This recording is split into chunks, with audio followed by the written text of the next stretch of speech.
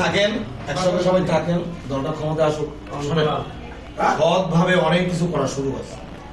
এবার আমরা একটা প্ল্যান করতেছি, পপবে আছে, কইবে আছে, সিনিয়র আপনার যারা আছে,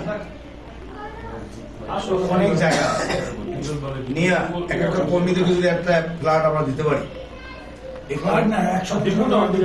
জায়গা দিতে হবে না। আপনি 10 কাঠা জায়গার উপরে আপনি অন্তত 20 তলা করে আপনি ওই জায়গার কথা বলছেন না, জায়গা দিতে পারবেন না। এত জায়গা কই পাবেন?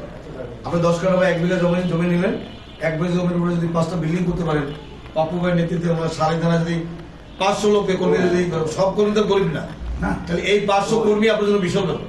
আমি এবার তাদের ব্যাপারে এটা করবো যে ভাই কোনো চাঁদাবাজি হবে না, আমার লোকদেরকে আমরা প্রোভাইড করছি, তারা মাথা গোজার ঠাই হোক, তারা প্রত্যেক ব্যবসা করে খাবে, কোনো চাঁদাবাজি নেই, দেখবেন যে হয়ে যাবে। আমরা খালি করি কি, কালকে আমি একটা বক্তৃতা দিচ্ছি আপনার উত্তরায়, সারাদিন সব টাকা দিয়েছে। আমি যে এই যে আমাদের নেতাদের জন্য আমাদের আজকে দেশের অবস্থা, সব নেতারা হলো দামি গাড়িতে চলবে, দামি কর্মীদের কোনো খবর নেয় না, কর্মীদের খবর নেয় না, কর্মীরা আইসে তুলে এসে